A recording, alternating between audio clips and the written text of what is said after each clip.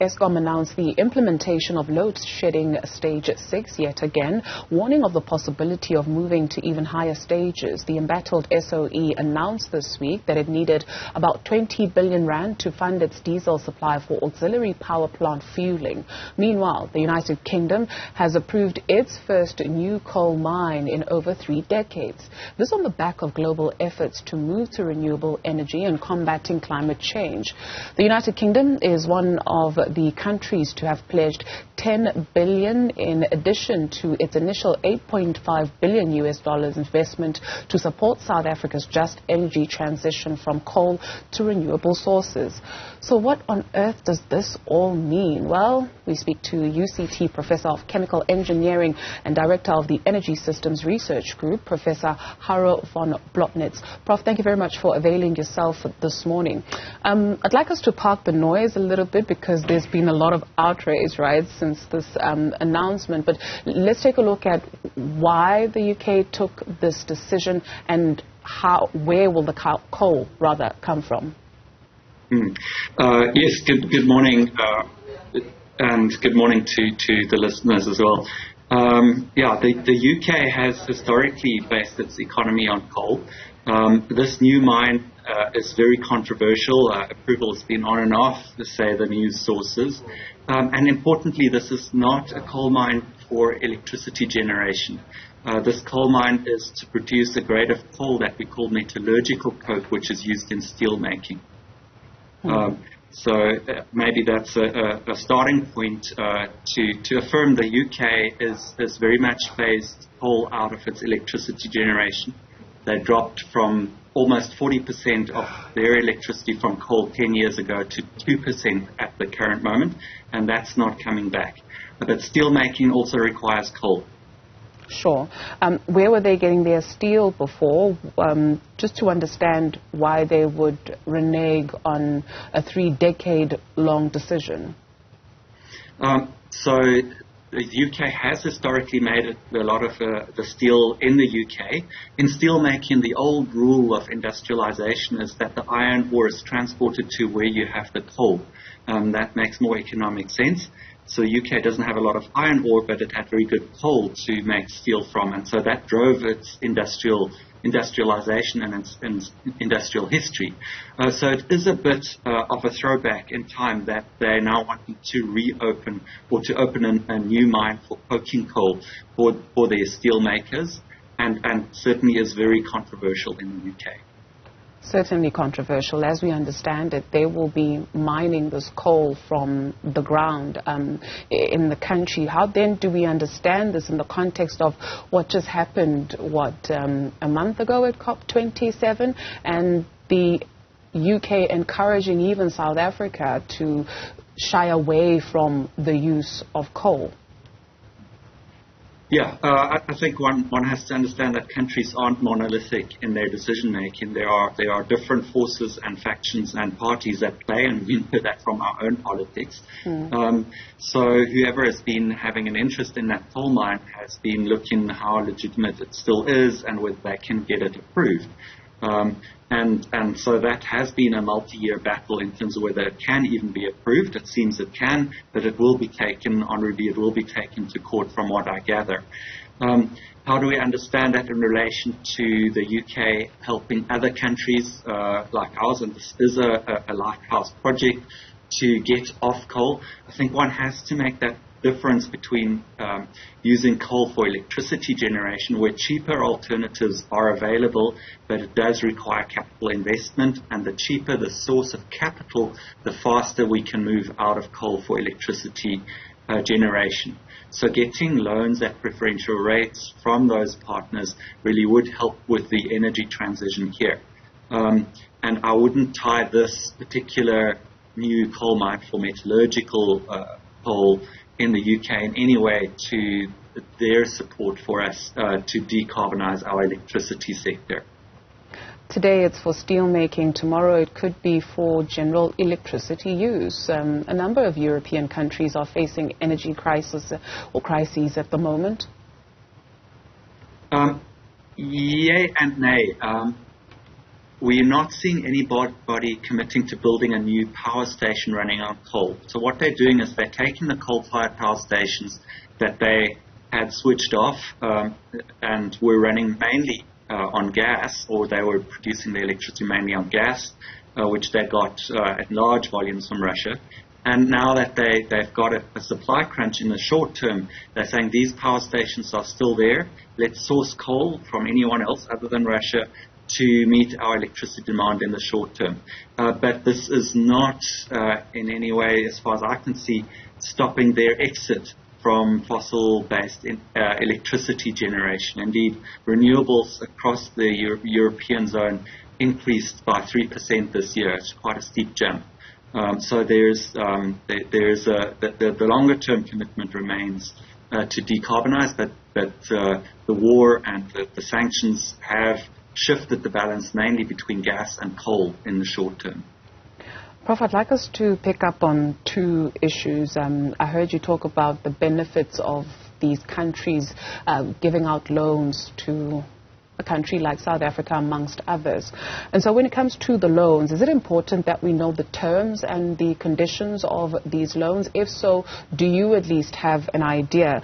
And then a report indicated, and they were speaking to one of the ministers involved in this process of the coal mine in the UK, he indicated that some 500 jobs will be created from this coal mine for that community, right, where it's going to be opened. And so while job creation is boosted there, with us decommissioning, are we not then forcing people out of employment with the country's very high unemployment rates? How should we understand all of this?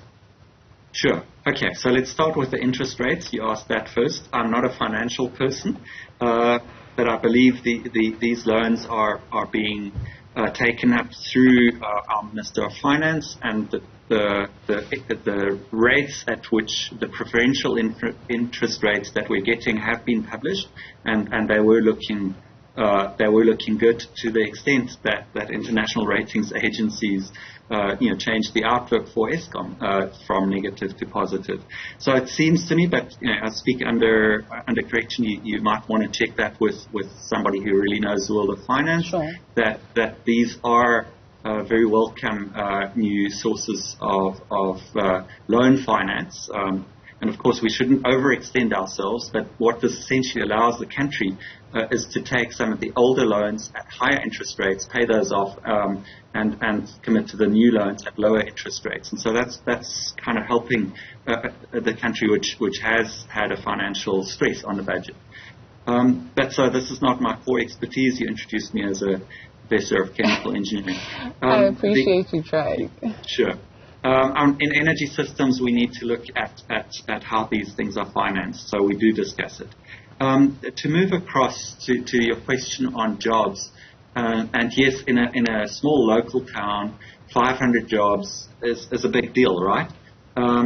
Across an economy, we need to understand jobs by percentages of unemployed and millions of people who lose their jobs if there isn't a reliable supply of electricity. When there isn't an investment.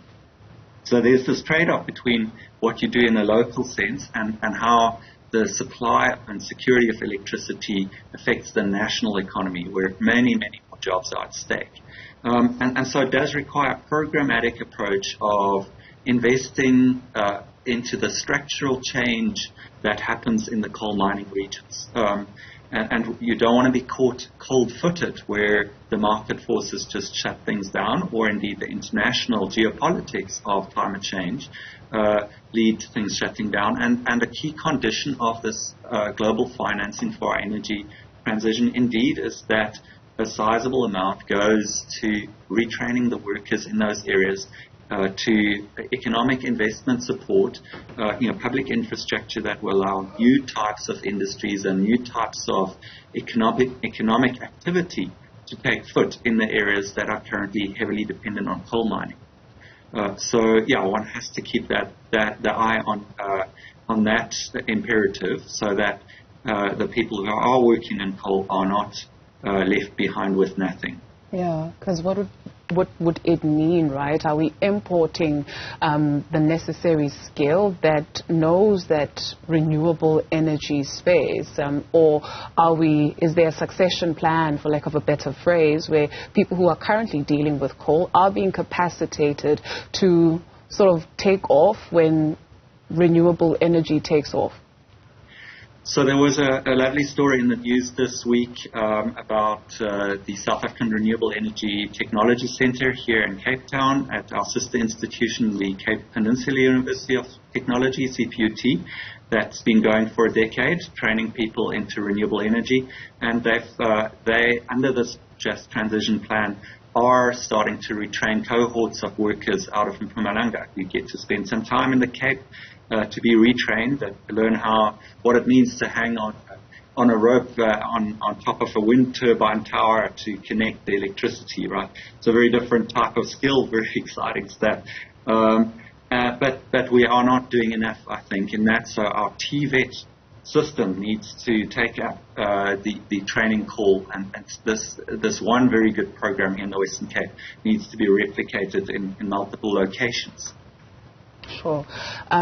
Prof, I know we invited you to talk about the UK's new coal mine, but I do wonder, right, because this transition for South Africa, the just renewable energy space, has been met with a lot of skepticism from some sectors of society and encouragement from others. And so how do you at least assess that situation? Because the one argument is that we've spoken about jobs, and we've also spoken about how, rather we didn't touch on it, but the other argument is that South Africa should not feel under pressure to do that which other countries are now going back on and doing.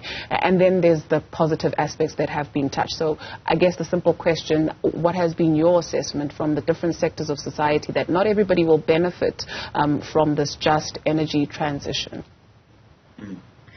Yeah, I mean, it is a complicated space. Our reading is that the official policy is very much in the right direction, but it can be confusing to people on the ground, and certainly around the whole energy transition globally and the move to renewables, we acknowledge that there are vested interests that are, as it were, fighting back, and also with targeted disinformation campaigns. This is, I wouldn't necessarily accuse somebody here in South Africa of doing that, but we've seen it very much in the United States, where the so-called policy think tanks that are there entirely to discredit any investment into renewables. So one has to be careful with what is being put out into the public, by whom, under what guise. They very much are interests, not just by labor, but very, very much by what we call fossil capital. And that's a global phenomenon that in the interests of a climate, a livable climate for next generations, has to be tackled head on. And if I can put my UCT hat on as a progressive institution, leftist leaning, I would say, where have been the progressive forces in this country to call out fossil capital when it is sowing disinformation into this space? Yeah, Prof, it's also worrying, encouraging. It depends where you're coming from, right? Because this also impacts the future. So just imagine somebody playing with the human race's, future. It's scary stuff. But anyway, thank you very much for availing yourself this morning.